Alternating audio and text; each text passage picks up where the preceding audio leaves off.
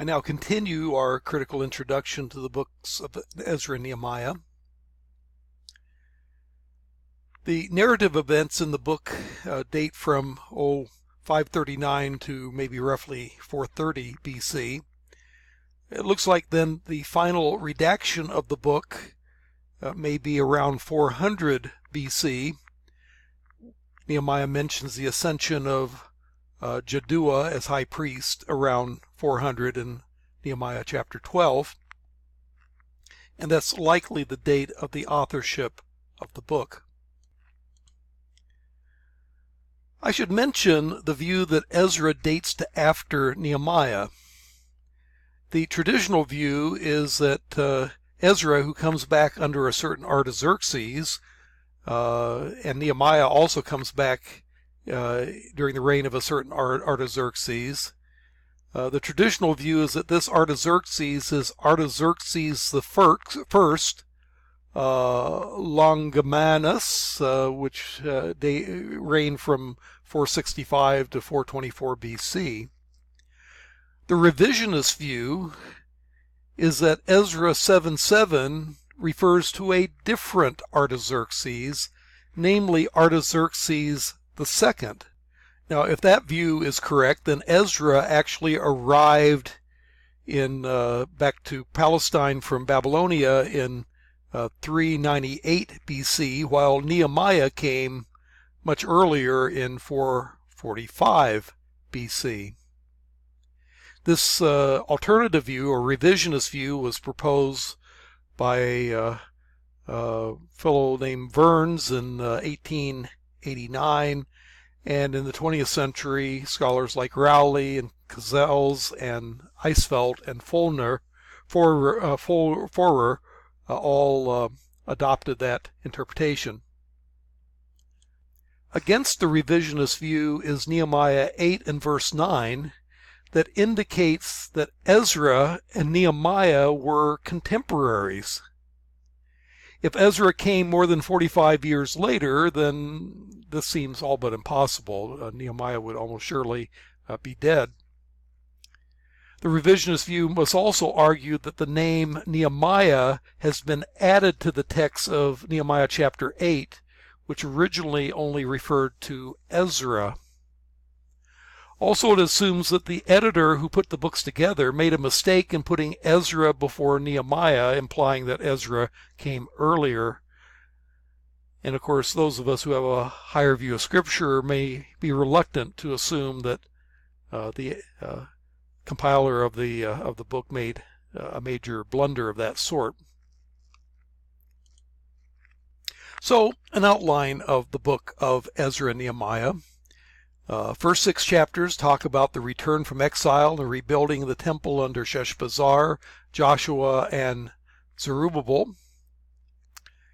And then it skips to the return from exile of Ezra, who came and reinstituted the law.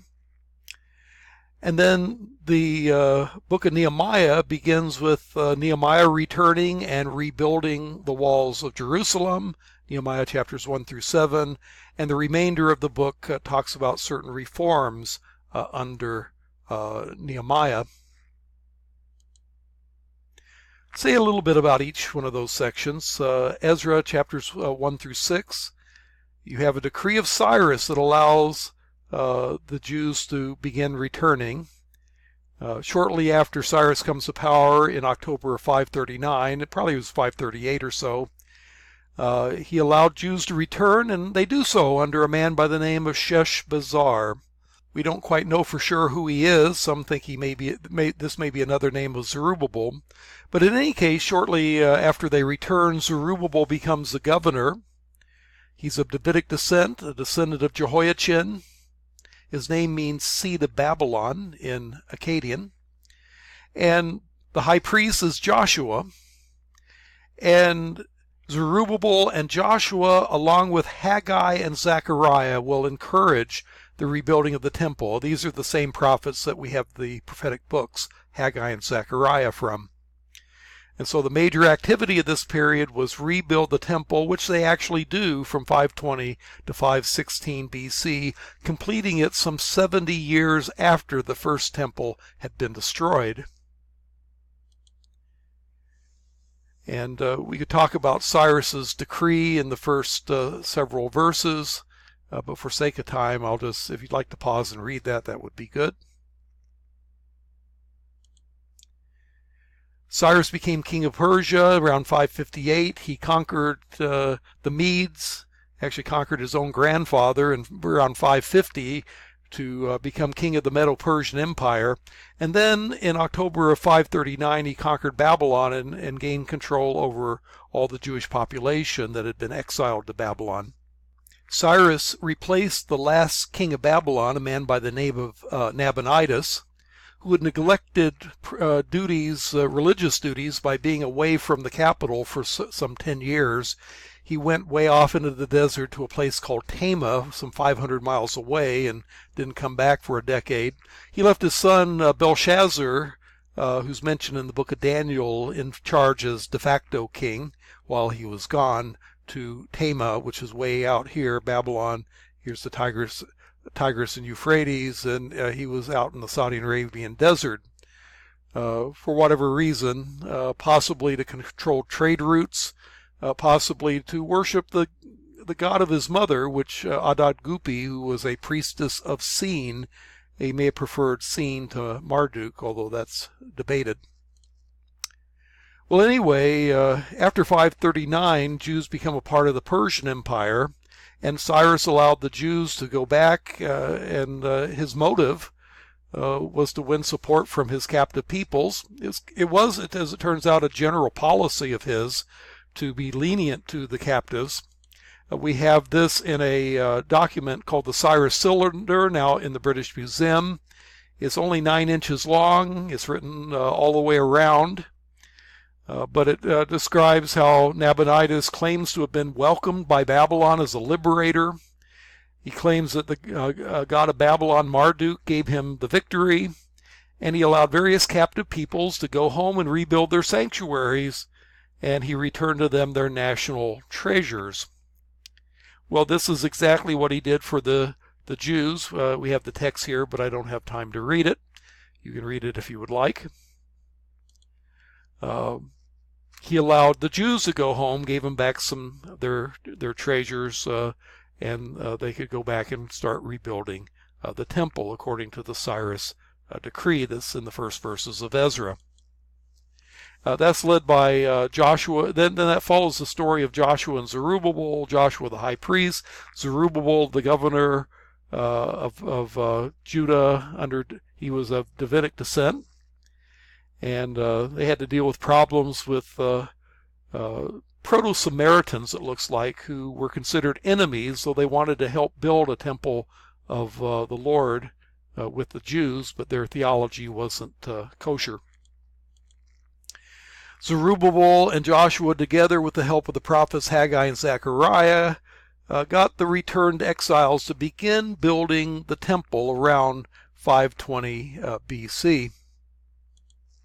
And again, it was completed by 516. Ezra and Nehemiah describes 3 returns from exiles. The first is in chapters 1 through 6, under Zerubbabel and Joshua, led by a man named Sheshbazzar. The second is under Ezra, which is Ezra 7 through 10. And the third return from exile is Nehemiah. The first was under the Persian king Cyrus. Then the next 2 will be under Artaxerxes. We had that discussion. I take the traditional view that it's in both cases Artaxerxes the first. And with the first return, it looks like around almost 50,000 came back.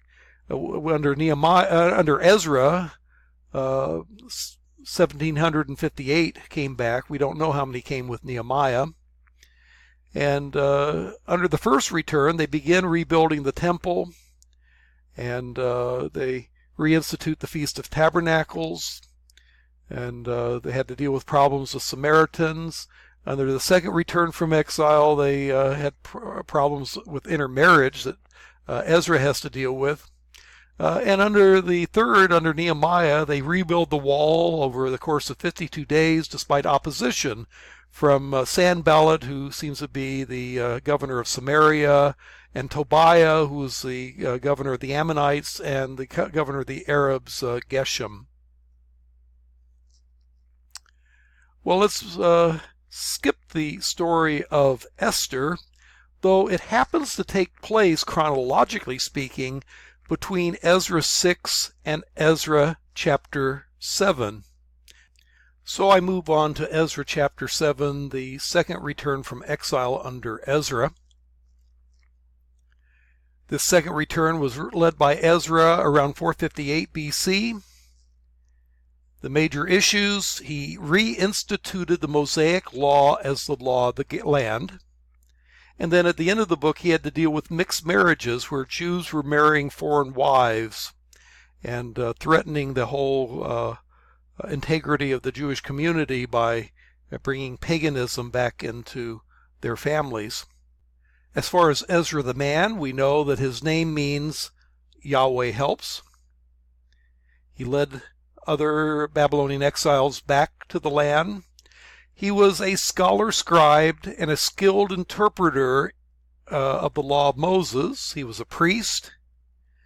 He was both a man of action and a man of prayer. His prayer is found in chapter 9.